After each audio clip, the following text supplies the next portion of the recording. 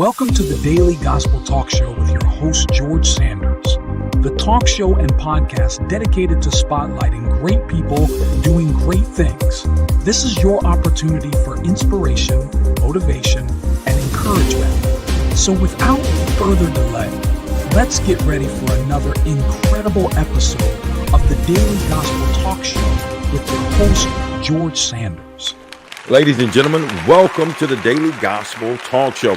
I'm your host, George Sanders, and today we have another great episode. Today, we're speaking with my good friend, educator and talk show host, Monique Robinson.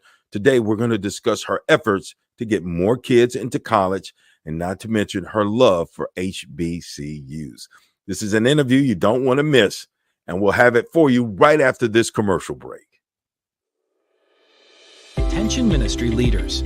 Have you ever considered growing your ministry with television? Well, the Daily Gospel Network could be what you've been looking for. As one of the nation's largest Christian broadcasting companies, the Daily Gospel Network broadcasts all over the world on popular streaming platforms like Roku, Amazon Fire, and Apple TV. If you're looking to grow and reach more people, the Daily Gospel Network could be your solution. We're back with the Daily Gospel Talk Show. I'm your host, George Sanders, and today we're speaking with educator and talk show host, Monique Robinson. Today we're discussing education and more specifically, HBCUs. This is going to be a fascinating conversation. So without further ado, let's welcome my good friend, Monique Robinson, to the show. Monique Robinson, how are you today? I am great. I'm kind of cold because I am not in Texas. I'm actually in Ohio for the holidays, but it's a temperature shock for me. Yeah, I would say you reside in Texas, but you're from Ohio, and the temperature difference could be drastic because I live down south. I live right next to you. I'm in Louisiana, and I think it's like 70 degrees or something like that today. So I wish. yeah. Well, good luck with that, Monique. But listen, we are so happy to have you. Thank you for sharing your time with us today. And more importantly, thank you for being on the Daily Gospel Network. Your show has been on the Daily Gospel Network for, I would say, going on 2 years, something like that. Yeah. It's been a while. And we get awesome reviews on you. Everyone loves the information and the content and the guests that you have on the show. But for those of the folks that are in the listening audience that may not have seen your show, don't know who Monique Robinson is, tell them a little bit about you and your talk show.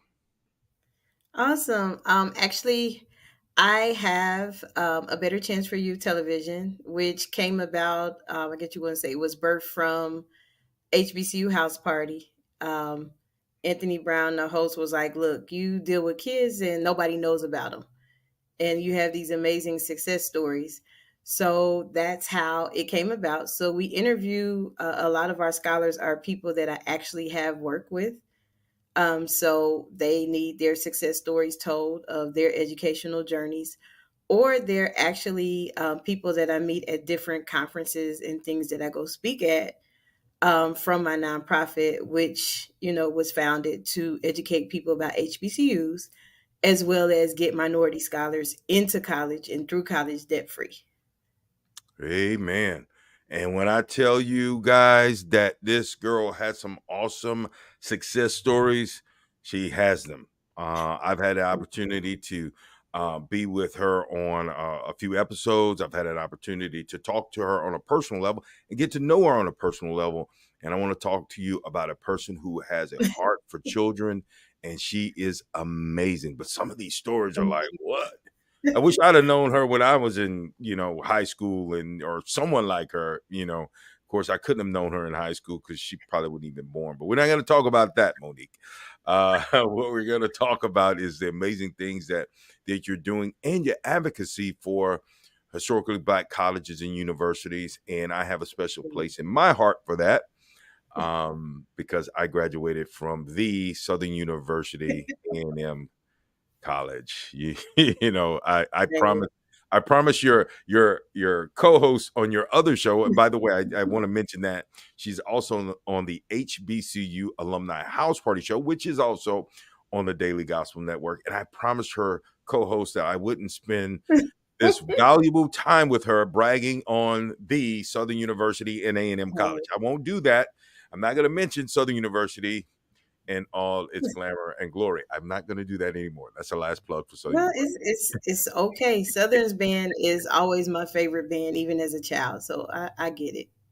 And we just talked about that. The band is more important than the football thing. But when people watch your show, they're going to get a taste of you and your love for helping children and helping HBCUs. And that's important because this day and age, you know, we have less people going to college, less kids going to college. You know, literacy rate is ridiculously crazy low. People are not putting the importance in higher education as they used to. And I would say higher education, it may just be education, period, it seems like. From your perspective, Monique, what do you feel like a young person going to an HBCU, what does an HBCU have to offer them? HBCUs, well, I can't speak for everybody. I can only speak for myself. When I got to my beloved university, which is, you know, just put an important fact out there, Wilberforce University is the first owned and operated HBCU by African Americans.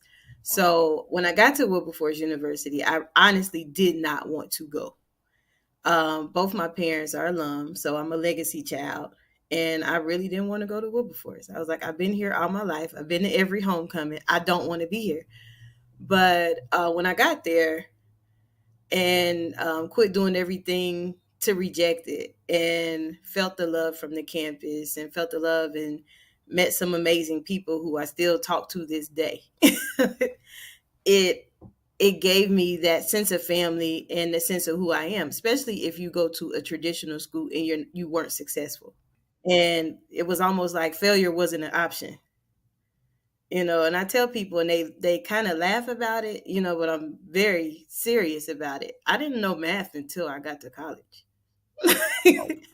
Like I didn't know algebra, you know, I didn't have the passion to learn. But when you get somewhere and it's people that look like you and everybody's successful and everybody's trying to be something or trying to go somewhere, I do get it. College isn't for everybody. Mm-hmm. And one of the things that kind of I think hurt me in a sense is that people felt I wasn't college material, but then when I got there, I excelled. And that's why I have such a passion for what I do. Now, I don't even think I told you this. Recently, my degree was conferred. So I'm technically Dr. Mo, but, you know, I'm not in it. Oh, boy. So I mean, that HBCU experience saved my life. It prepared me for the other advanced degrees and programs because had I not went, I probably, you know, would still just be doing everything else but valuing education. Wow. So that's you know what I like about this, Monique, that you going to an HBCU not only benefited you, but now has benefited others. And Yeah. really that's kind of the whole mantra of going to a historical Black college or university. It's about the kinship, it's about helping others, it's about the need to help society, not just African American folks, but help society as a whole, be a contributor and be a positive participant in this experiment that we call life. And so I commend you on that. So obviously you and I may have a little bit of a slanted view because we did attend HBCUs, right? But correct. from the perspective of, let's say, maybe a mother or father who's considering their child going to an HBCU, or even a student that would be watching this episode of the Daily Gospel Talk Show, and they're thinking about an HBCU, you mentioned people that look like us. Now, that's a fact. When you go to an HBCU, you're going to see a lot of folks, and it's going to be contradictory to what you're used to seeing in society. You know, you go places and you see more of everybody else than you see you, and now you go to this place and you see nothing but Black folks, and you're like, okay, does that necessarily promote diversity? Does that Because I would imagine, okay, when you leave this situation and then you go into the quote unquote real world, and everybody Mhm. don't look like you, or everybody That's on your job doesn't look like you. In fact, you are back to being the minority on the job. Mhm. How, does it promote diversity? How does it, and promote, us being in society? Does it help? Does it hurt? I would say it actually helps. If you get involved in various campus programs. Like I said, I was a soloist and a member of the university choir all years. Mhm. And we were able to travel to many places that most people do not get to go to. I was able to go to Cairo, Egypt twice. I was able to go to various expensive, I guess you would say, expensive dinners, Mhm. things that will teach you to be cultured that I didn't realize that I was going to have to embark on once I got into, quote unquote, real world. And then also, HBCUs are actually a melting pot. I mean, that's one of the largest myths that most people have is that, okay, HBCUs are just for African Americans. But if you look at several HBCUs, even if you look at some of the brochures, you'll notice that it's a very diverse population. But the thing that gets highlighted that only people see in HBCUs are historically Black. So, so Mhm. I would say it does prepare you more so than ever. And even some have internships or co-ops where you will get to go to different places and experience other cultures or experience job opportunities where you have to learn that real life sense, and it prepares you for it. Before I graduated, I did several co-ops in the mental health field and realized, okay, this is not for me. And then I ended up in education, which is still dealing with mental health in some sense. Yeah, yeah, yeah. But You it know, prepares us. It does. I like that, and I agree with you. I really wanted to ask that question so that potential students and parents of potential students can know that you're not just at a university and it's just like you only see one side of the world. You see literally people from all over the world actually True. at these universities from Asia, from Africa, from I mean just literally every single place on the map. So there is diversity there, and by having that diversity, you get a chance to understand how the global world gets along. You mentioned some of the resources. I too was very fortunate to intern and co-op at a few companies before I graduated. And much like yourself, I realized it wasn't what I wanted to do when I graduated. And so these things work out really to your advantage. And maybe that's Hmm. part of it. You do an intern and you do a co-op and you say, wait a minute, I thought this was what I wanted to do. This is not. Or for some people, it's what exactly what they want to do, and they end up working for the company when they graduate, providing they had a good experience and all that. What are some of the other resources that HBCUs provide that help with the success of their students? Well, a lot of resources lately, because I have relationships with a large amount of the schools, is because of COVID and several things have happened in various areas. Social, emotional, and emotional intelligence is something that most universities are offering now, because a lot of things have happened socially to our young people. Some of the young people can't adapt to being on campus away from their parents. Mm. And I'm actually glad that these programs do exist because now the graduation rate is higher. Most people that went to school with me, I mean, I hate to say it, I'm glad they did go back and finish. But most of my friend group, they used to do the speech, look to your right and left. These people will not graduate with you, which was Every exactly school true. does that. I remember being in freshman assembly. That was it. Look to your right, look to your left. The person you and I'm thinking, wait a minute, the person to my right and my left, Mhm. they're looking at me too. Wait a minute. Right. And that to me is the most discouraging thing to ever hear. It But it is was a harsh reality. reality. That's right. In my friend group, I think it was like 2 out of 6. Wow. Even though the dynamics change, because like I tell young people, your friends are a reflection of you. Hmm. I tell them all the time that, and I was like, I didn't make good selections as a child, but when I got to an adult, okay, I have to make some better choices. Yeah. When they see, my friends, I want them to see that positivity too. So Right. I No doubt. don't mix and mingle in old places, if that makes sense. Hmm. I understood. Like I said, we don't want to paint this thing as like everyone should go to an HBCU. I mean, obviously, Right. it's a choice based on who you are, your lifestyle, and what you're looking Hmm. for.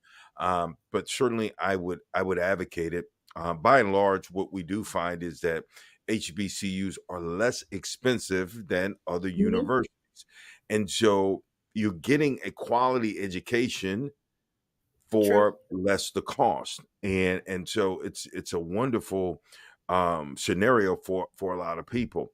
And I think you would probably concur with this, Monique, that sometimes just going to college, if a person's 17, you've got a young Hmm. person who's 17 years old, he or she may not know what the heck is going on in the world. It Hmm. is a great place to kind of find yourself. Would you not agree with True. that? I would totally agree with it being a great place to find yourself. However, I encourage it's kind of like going to kindergarten, when you go off to college, Hmm. from looking at a parent's eye view. You want them to be set up for success, not to knock other schools, but it is because my HBCU that I think I went as far as education that I did, because I was getting pushed. I was getting, I use the analogy as coal. Coal doesn't become a diamond until it's pressured and people like press it really hard. And I feel like those are the stages that I went through in my traditional education. And then when I got to Wilberforce, it was like, you can be successful. I actually went to the honors convocation, and like 2 pages or 3 pages of people with above 3.0 GPAs, and then watching the success of the scholars that I deal with. Our record, because I'm an educator, I keep up with data.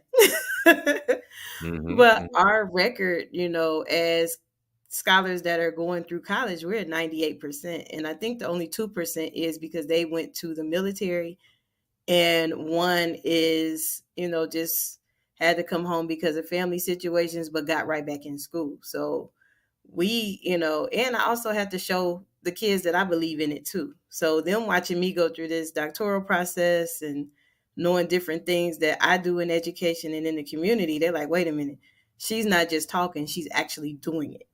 that's right. So that's that's a big difference too, because there's a lot of programs out here, I'm not gonna lie, that want to offer services, but are you actually doing it because you want to do it? Or are you doing it because it looks good?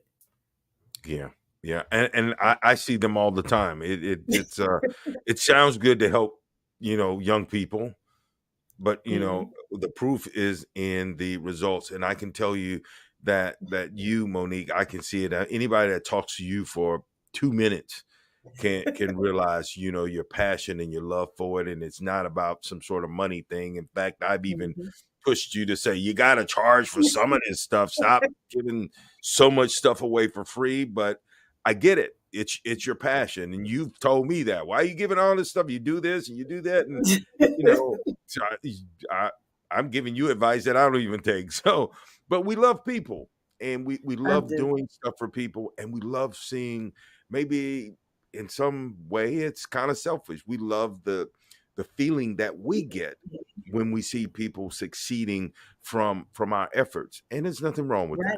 that, because we want that to be infectious. We want other people to have a good feeling when they do something good for people. So it's a mutually beneficial thing. That person receives something great of value from you, and you get a Sure. good feeling for giving it to them. So I commend you on that, Monique. Listen, we Thank you. you're that shining star that we always talk about, and I'm not gonna hold anything against you that you co-host the show with this crazy person named Anthony Brown. I'm not gonna hold that against you. I'm gonna thank you for being the better half of that show, Oh Lord, and he's gonna kill me when he hears this interview. he Uh, is.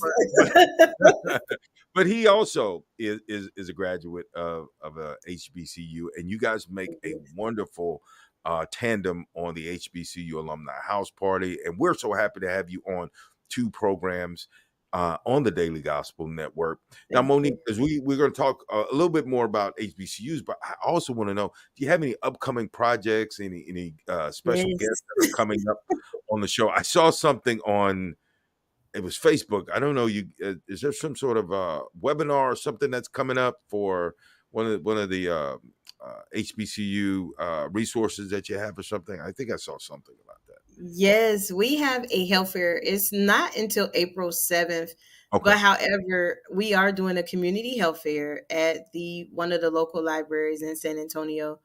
Part of that is because we just, as a organization, when I had got sick last year, I was like, we need to do this because even I didn't know certain things about health. And because of that, I was like, we could just put it on at the library. It'll be free. We just invite every health professional that we know and they come out and give information because we have to heal our community. Like that was the most, I would say, the most scariest thing that I've ever experienced. I've never been sick in my life I have to stay in the hospital for like 7 days. Like it scared me. I went through so many tests and different things. And then I think Anthony came because we did the sneaker ball. The very next day I got out the hospital and he was like, "Are you crazy? Go sit down."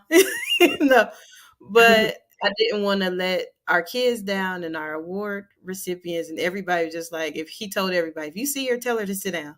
So the whole night, everybody like, sit down, Monique. And I was like, well, I know. so, so we Well, have that, and then we have our annual sneaker ball where we award community HBCU graduates or HBCU supporters. And we just give out community awards just because some people, on the outside looking in, people see I get acknowledged a lot.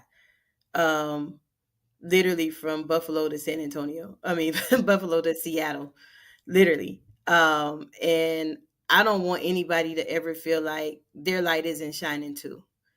So what we do is we create categories and different categories from scholars to businesses, and we award awards of appreciation and different things like that to celebrate various people. It also falls on my birthday and Anthony's birthday, so some people think that it's really just our birthday party. it's like a 2-for-1 special. That's what it is. It's all good. It's all good. Wow. So we that's what it is. But it's this year I will not be in the hospital, so this year I will be able to truly enjoy the event. Well, amen to that. We love all the things that you're doing for the Thank you. kids, your advocacy for HBCUs. Look, while we got a little time, can you share one or two success stories of some of the HBCU graduates and students you've had an opportunity to deal with over the years? Yes, I definitely can. I have one scholar who every time I look up, like she had me do like an ugly cry. Like it was bad because she writes me letters about her success. Her name is Mia. She goes to North Carolina A&T, and when I say she is the epitome of a model scholar, like she wanted to go, her had every offer under the sun for our scholarships, but NCA&T didn't really offer that much. And what I told her in one of our meetings is, look, when you go on campus, show them who you are so they will give you funding. And when I say I got a letter from her mom and her, and Mia has a 4.0. I believe it was a 4.0 when I looked at it. Might be a 3.8. So if I quoted wrong, I'm sorry. But she is on the chancellor's list. She's involved in so much on campus. And it's just like, you know what? I told her mom, what that's where she wanted to be, You need, and I think that's one thing that I would tell parents. If your scholar wants to go somewhere, do your best to get them where they want to go. Because if you go off of where you want them to go, they're not going to be invested. Ooh, You know. yes, ma'am. And I love how you refer to students as scholars. I love that. It's not just randomly, young people or students. You refer to them as scholars. It has a certain ring to it. It has a certain power to it, and I love you doing that, Monique. I'm so happy to have you. Look, typically we kind of put in a commercial during our show. We're not even doing a commercial here today. I mean, everybody, but I do want to, as a commercial, kind of sort of something like a commercial. Tell everyone how they can get in touch with you. And then we'll put all your show information on the screen. But tell everyone if they want to get some information or some direction for their young scholar. You see how I did that? If they want to get some direction for their young scholar, perhaps to attend one of the HBCUs, you got connections with a whole bunch of them. And what direction? How could they reach you, Monique? Well, they can reach me various ways, and I do answer the phone. I think that trips people out too, is that sometimes they call and I answer, whether it's a text or something, because customer service is very valuable to me. So I treat people I would like to receive service back. But they can reach me via email at mrobinson, mrobinson at abcufuturesinc.com, or they can visit us on the webpage, which is abcufuturesinc.com. And we're on all social media platforms, and the address is still the same. It's under ABCU Futures Inc. or A Better Chance for You Futures Inc. And we are on social media, and I do reply back. So don't be surprised if you call and you're thinking you're going to leave a message and I just answer the phone, because that's what I do. And the other... He does answer the phone. Sorry. Well, we have a cohort as well. That is for high school scholars. We run a Google Classroom. We meet once a month, and we teach strategies anywhere from financial literacy, how to adapt on college. We also talk to parents as well, because some parents are like, look, my scholar is getting it. How can I get assistance too? And that's been the new challenge for me, but I have been assisting parents as well. I'm all for everybody can get education. Now, if you're in Texas, in the San Antonio area, we have assisted the Ready for Work program. So that actually is in our newsletter if you need information about that. So we are not, I guess you would say, we're not hard to find, but if you open that door, we're going to run through it and help you. Amen. Listen, she is like Deion Sanders. She ain't hard to find. She answers the phone. She returns emails. She returns text messages. Listen, if you are a parent, this is a resource that you don't want to pass on. Listen, education is still important. It is still important. Why not take advantage of it? You may find that your young scholar can actually go to school without spending any money. So why not take advantage of that? And so Monique is a wonderful resource. She loves doing this. She has a passion for this. We want to thank her today for her time spending with us. We also want to, so if you want to get in touch with, all our information is going to be on the screen. And we want to thank you for being one of the best parts of the Daily Gospel Talk Show. Our listening audience, thank you so much for tuning in today. And next week, I don't know we're going to be able to top this, but we're going to try to top this. Maybe we have to bring Monique back at a later date. So we thank you so much for tuning in. We want you to stay safe and let the Lord bless upon you. So until next week, we'll see you. Thanks for tuning into the Daily Gospel Talk Show with your host, George Sanders. The talk show and podcast dedicated to spotlighting great people doing great things. Join us next time for your weekly dose of inspiration, motivation, and encouragement. So until then, stay safe and God bless from your friends at the Daily Gospel Talk Show and host